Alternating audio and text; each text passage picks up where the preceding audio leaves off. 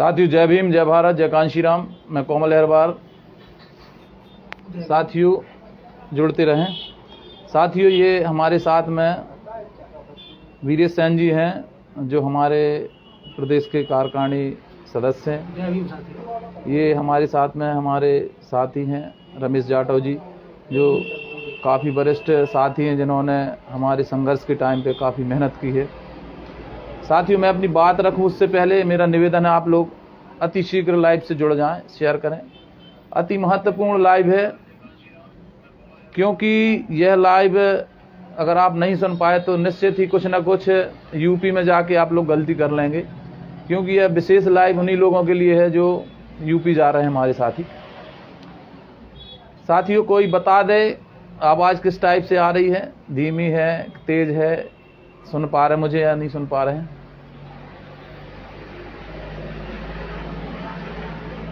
इमरान भाई जय भीम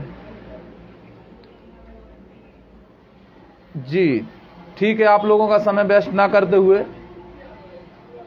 मैं आप सभी के सामने अपनी बात रखता हूं और बात रखने से पूर्व विश्व को शांति देने वाले महात्मा गौतम बुद्ध के चरणों में नमन करते हुए, बोधिसत्व गुरु रविदास जी के चरणों में नमन करते हुए, हमारे विश्व के सबसे अच्छे संविधान को बनाने वाले बोधिसत्व बाबा साहब अम्बेडकर जी के चरणों में नमन करते हुए, पिछड़ा वर्ग जिसे हम अपना गुरु और बड़ा भाई कहते हैं,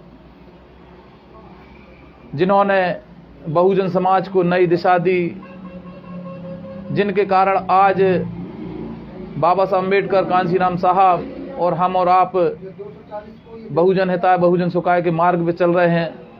ऐसे शिक्षा के दाता छत्रपति साहू जी महाराज के चरणों में कोटि कोटि नमन।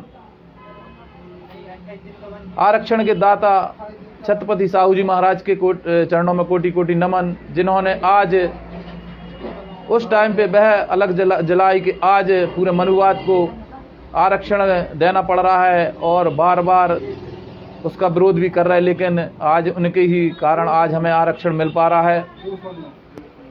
साथियों जैसा कि हमारे महापुरुषों के तारतम्य में अगर बात रखें तो आप जानते हैं जब हमारे बाबा साहब अम्बेडकर को, गुरु रविदास जी को और छत्रपति साहू जी महाराज, फुले साहब, गाडगे बाबा, नारायण गुरु, इन सबको जब हमारे लोगों को जो महापुरुष थे जिन्होंने संघर्ष किया था उन्हें भुला दिया था, उस टाइम पे सिर्फ और सिर्फ एक महात्मा पैदा हुआ जिस महात्मा ने हमें फिर से आवाज़ दी।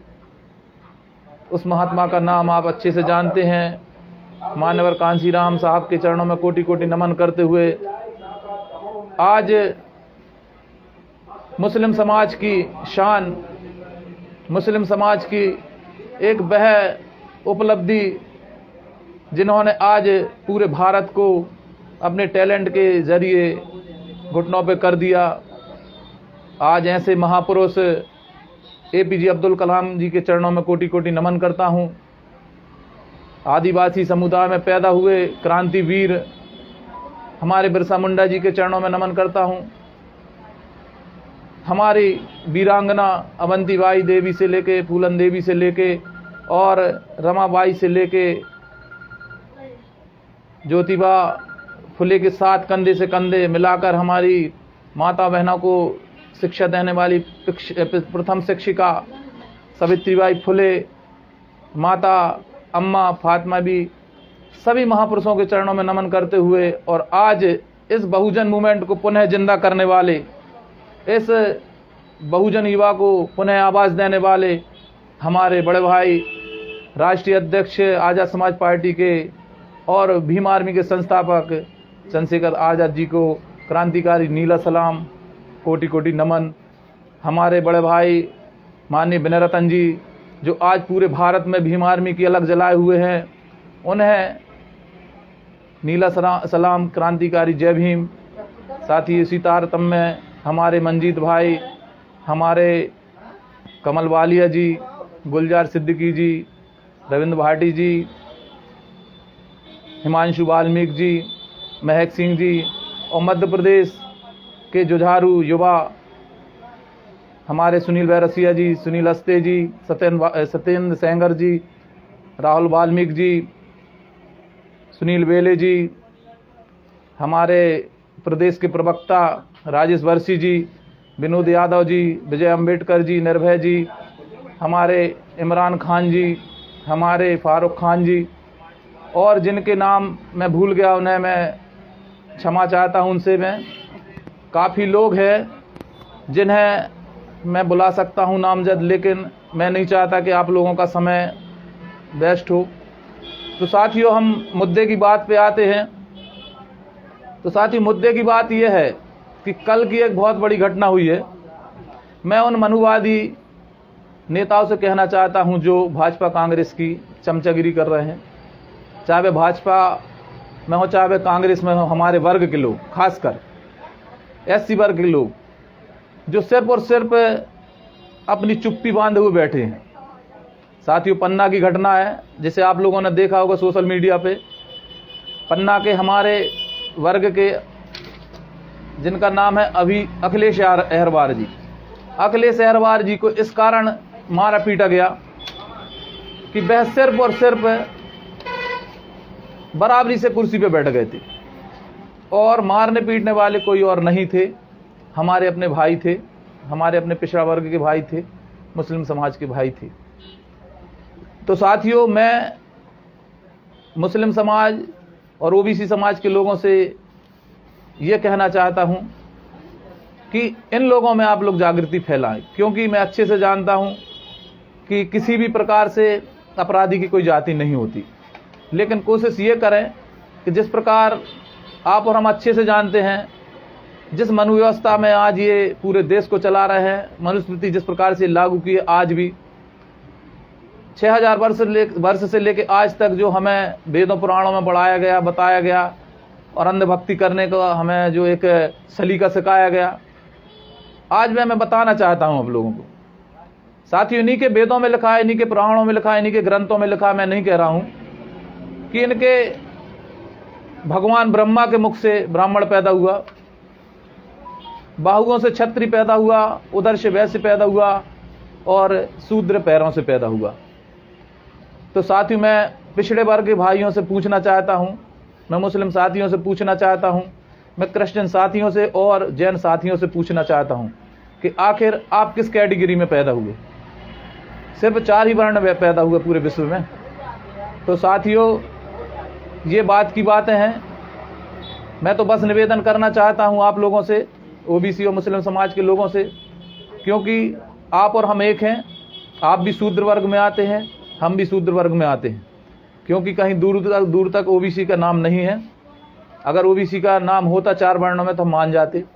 तो साथियों, ये एक बहुत बड़ा प्लान है इन लोगों का, जो मनु ने एक प्लान किया है कि हमें और आपको आपस में लड़ाएं, हमें आपको एक ना होने दें, क्योंकि ये बहुसंख्यक समाज है, 85% समाज है। पहले इन्होंने सचूत में 2 भागों में बांटा, फिर इसके बाद में इन्होंने 6443 जातियों में बांट दिया।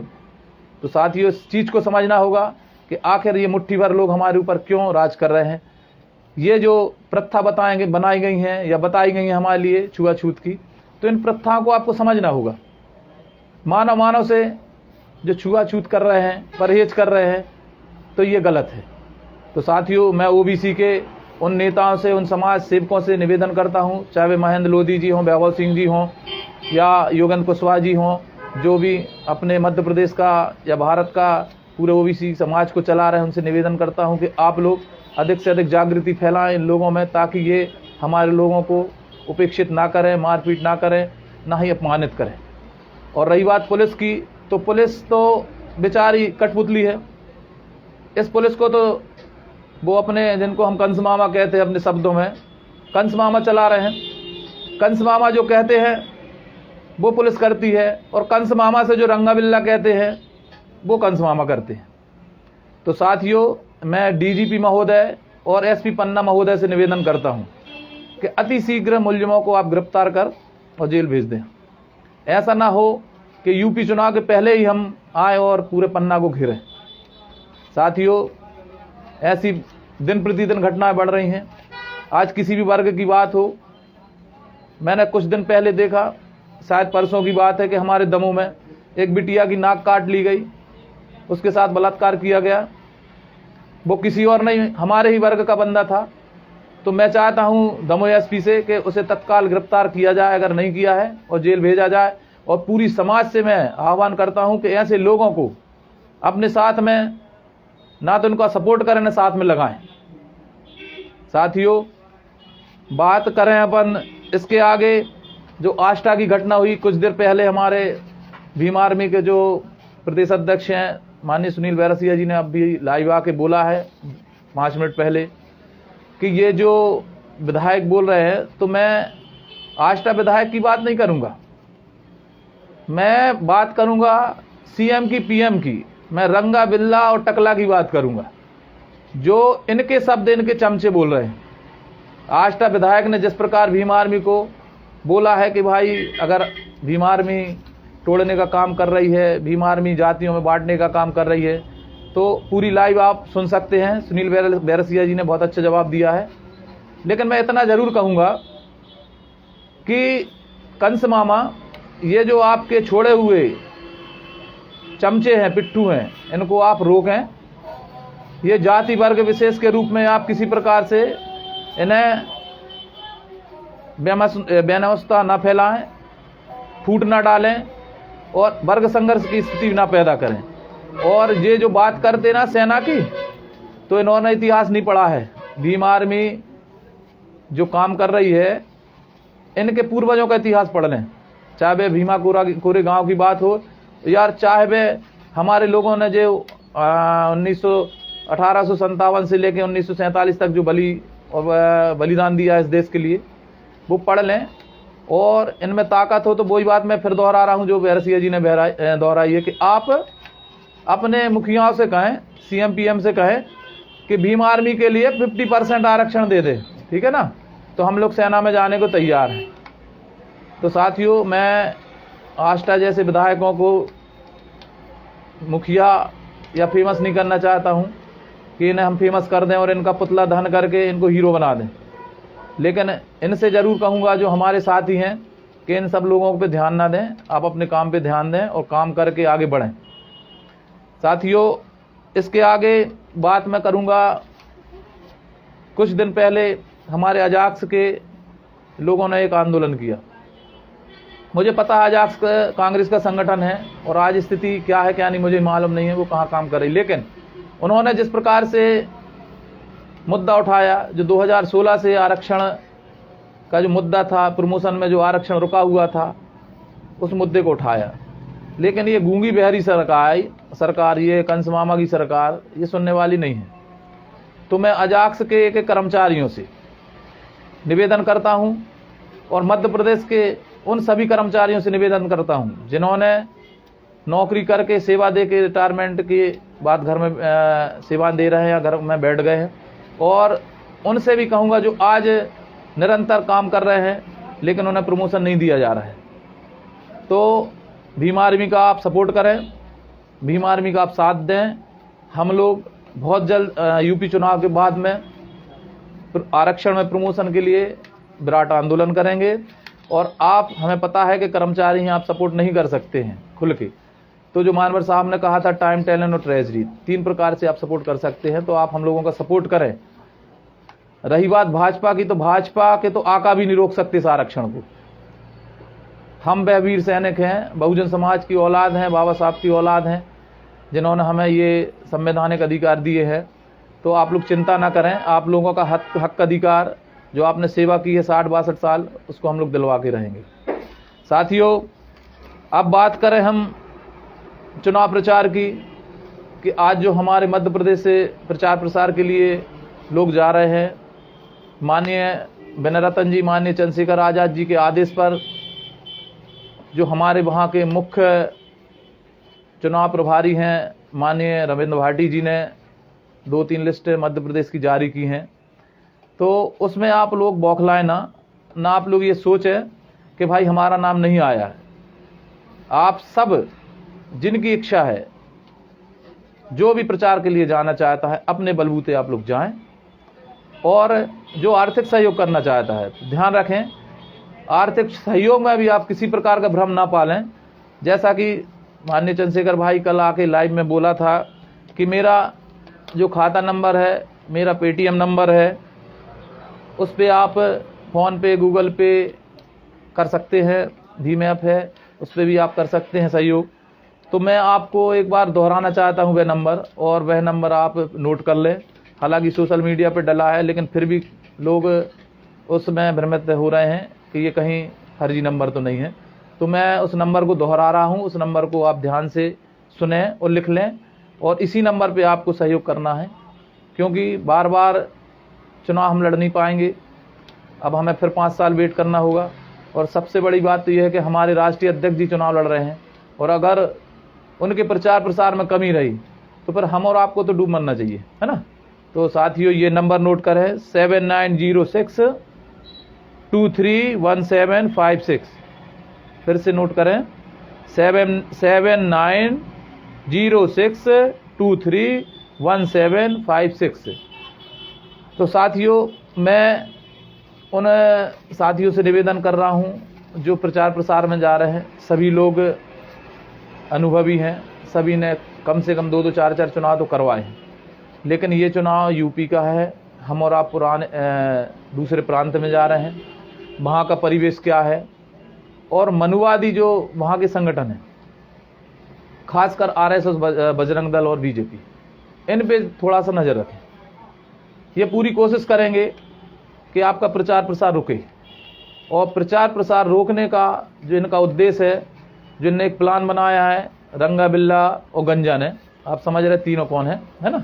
तो इनने जो प्लान बनाया है आपके प्रचार प्रसार को रोकने का, वह यह है कि आप लोग वहाँ पहुँचें, वो जानबूझ के आपके सामने आएंगे, आपसे विवाद करेंगे, उलझेंगे, लेकिन उनके विवाद का जवाब हमें हंस के देना है, क्योंकि हम वहाँ चंद्रशेखर भाई को चुनाव जिताने जा रहे हैं। जिस प्रकार से इन लोगों ने भीम आर्मी आजाद समाज पार्टी की एक छवि बनाई है पूरे मध्य प्रदेश और पूरे भारत में, कि ये तो एक आतंकवादी संगठन है, तो हम उनको बता दें कि आतंकवादी आप हैं कि हम हैं। तो मेरा निवेदन है प्रत्येक साथी से, जो जा रहे हैं, किसी प्रकार से विवाद ना करें, और संविधानिक दायरे में रह के आप प्रचार प्रसार करें, और जो आपको शपथ पत्र दिया गया है, जो हमारे मुद्दे हैं, जो 5 साल योगी सरकार ने पूरे मध्य प्रदेश, पूरे भारत को, पूरे यूपी को, योगी सरकार ने पूरे यूपी को जिस प्रकार से जंगल राज में तब्दील किया है, उसकी आपको पोल खोलना है। और पोल किस प्रकार से खोलना है वो चंद्रशेखर भाई आप लोगों को बता चुके हैं, मैं भी 1-2 बार सामने आके बता चुका हूं सोशल मीडिया के माध्यम से। और इनको किसी प्रकार से आपको अपने प्लान में सक्सेस नहीं होने देना है। और सबसे बड़ी बात यह है कि आज हमें वोट चाहिए, तो वोट का अधिकार किस प्रकार से बाबा साहब अम्बेडकर ने हमें दिया है और हमारे लोगों को दिया है, तो उसको समझना होगा। और उस वोट के अधिकार के साथ साथ में आपको एक चीज़ का और ध्यान रखना है कि वोट लेना बहुत बड़ी बात है, क्योंकि जब आपके सामने सामंतवादी पार्टियां खड़ी हैं, धनाढ्य पार्टियां खड़ी हैं, तो निश्चित ही हम और आप उनके सामने, पैसे के सामने नहीं खड़े हो पाएंगे। तो अब हमें विनम्रता से, प्यार से और आकर्षित करके, चंद्रशेखर भाई ने जो संघर्ष किया है, बार बार जेल गए हैं, वह सब आपको बताना होगा, किस कारण से जेल गए हैं। हाथरस से लेके, रविदास मंदिर से लेके, SC/ST एक्ट से लेके, जितने भी आंदोलन चंद्रशेखर भाई ने किए हैं, वो बस आपको बताना है। और अगर ये काम आपने अच्छे तरीके से कर लिया है या इस काम में आप सफल हो गए, तो निश्चित ही मैं बता रहा हूं कि चंद्रशेखर भाई भारी मतों से विजयी होंगे, और हम और आप गर्व से सीना तान के कह सकते हैं कि हमने एक जंगल राज को ख़त्म किया है। साथियों, ये छोटी बात नहीं है कि एक CM के सामने चुनाव एक ऐसा बंदा लड़ रहा है जिसकी पार्टी कल पैदा हुई है, तो आपको वह ताकत आपको दिखाना है कि हम कल ज़रूर आए हैं, हम कल ज़रूर इस संगठन को बना के लाए हैं। लेकिन इसके पहले जो जिला पंचायत में जो वोट मिली थी, जो हमारे जिला पंचायत सदस्य, जनपद सदस्य या अपने सरपंच जीते थे, तो वो अपना जो रिजल्ट है उससे ये बौखला गए हैं। और इनके चक्कर में ना रहें। हम और आप अगर जीत सकते हैं तो सिर्फ और सिर्फ अपनी शिक्षा से, अपने अनुभव से इनका मुकाबला कर सकते हैं। साथियों, मैं बुराई नहीं करूँगा, लेकिन मेरा काम है सच्चाई बताना, तो मैं सच्चाई ज़रूर बताऊँगा। और वह सच्चाई ये है कि कल की एक स्पीच आप लोगों ने सुनी होगी रंगा बिल्ला की, अमित शाह जी ने जो कल कहा है, आपने सुना होगा। ये इतने बड़े ज्ञाता है, इतने पढ़े लिखे लोग हैं जो इस देश को चला रहे हैं, कि इनको ये पता नहीं है कि 11वीं इंटर होती, कि 12वीं इंटर होती, कि 10वीं इंटर होती। वो स्पष्ट कह रहा है कि आप 12वीं के बाद इंटर में जाएंगे तो आपको लैपटॉप दिया जाएगा। तो ऐसे अशिक्षित लोगों से आप परहेज करें। जो 46 लाख को अगर 86 लाख बोले तो सोच लो ये देश को कहाँ ले जा रहे हैं। साथियों, अंत में मैं आप लोगों से अपील करूंगा, निवेदन करूंगा इस लाइव के माध्यम से कि आप इस लाइव को पहले तो अधिक से अधिक शेयर करें। इसलिए करें क्योंकि मैं जानता हूं कुछ ही लोग होते हैं जो सच बोल सकते हैं, सच का सामना कर सकते हैं। तो साथियों, अपील यह है कि जिस प्रकार से नरेंद्र मोदी को, अमित शाह को भाजपा ने और आरएसएस ने एक प्लान के तहत तैयार किया है, जिस प्रकार से इन्होंने इस पूरे भारत को मनुस्मृति के आधार पर चलाने के लिए तैयार किया है, तो उनका यह जो सपना है मात्र एक कदम दूर है। और वह कदम यह है कि पहले नंबर उनको यूपी जीतना है, और दूसरा जो कदम है वह 2024 है। और अगर 2024 में ये रिपीट होते हैं तो निश्चित ही आप अपने बच्चों को गुलाम बनाने की ट्रेनिंग दे दें, क्योंकि ये अब आपके बच्चों से सिर्फ गुलामी करवाएंगे। और जिसे विश्वास नहीं वह मनुस्मृति पढ़ सकता है कि आखिर इनका प्लान क्या चल रहा है। जब जातिगत ये हमें प्रशिक्षण देंगे, ITI चलाएंगे, तो सोच लो आप किस हद तक स्वतंत्र रह पाएंगे। इनके जो प्रतिदिन अनुच्छेद बदले जाते हैं, किस प्रकार से हमारे लोगों को भाई अपने अधिकारों से दूर किया जाता है, तो यह बहुत बड़ा प्लान है साथियों। इस प्लान को आप समझें, और इस प्लान के तहत आपको सबसे पहले इनका जो पहला कदम है, अंतिम कदम है इनका, हमारे हिसाब से वह यूपी है। यूपी से इनको बाहर करना है। अगर उत्तर प्रदेश जो भारत का सबसे बड़ा राज्य है, अगर आपने वहाँ से इनको बाहर कर दिया तो निश्चित ही मैं आपसे ये वादा करता हूँ कि भाजपा सरकार आने वाले कई सालों तक खड़ी नहीं हो पाएगी। जिस प्रकार इनकी जंक्शन खत्म हुई है, इस प्रकार भाजपा भी खत्म होगी। और साथियों, यह अपील जन जन तक आप पहुंचाएं, और कोशिश करें वह लोग भी जो नहीं जा पा रहे हैं आर्थिक रूप से सहयोग करें। चंद्रशेखर भाई का जो पर्सनल जो उनने एक नंबर दिया, उस नंबर पे आप आर्थिक रूप से मदद करें। और पुनः मैं अपील करता हूं उन लोगों से जिनके लिस्ट में नाम नहीं आए हैं, किसी कारणवश लिस्ट में जो नहीं जुड़ पाए हैं, तो वो ये ना समझें कि हम अलग हो चुके हैं। वह आज शाम तक मुझे नाम दे दें, या स्वतंत्रता से आप जा सकते हैं मुझे बता दें। मैं ऊपर बैठे हमारे वरिष्ठ जितने भी पदाधिकारी मैं सूचित कर दूंगा कि भैया जी, अध्यक्ष जी, ये लोग आपके यहाँ प्रचार प्रसार में आ रहे हैं। तो आप लोग अपना मन छोटा ना करें, ठीक है ना। आप सब बड़े हैं, चाहे वह एक कार्यकर्ता है, और चाहे वह प्रदेश अध्यक्ष है, और चाहे वह राष्ट्र में किसी भी पद पे है। साथियों, इन्हीं शब्दों के साथ मैं अपनी वाणी को विराम दूंगा। जय भीम, जय भारत, जय कांशी राम। चंद्रशेखर भाई जिंदाबाद, विनय भाई जिंदाबाद, कमल भाई जिंदाबाद, मंजीत भाई जिंदाबाद। जय भीम।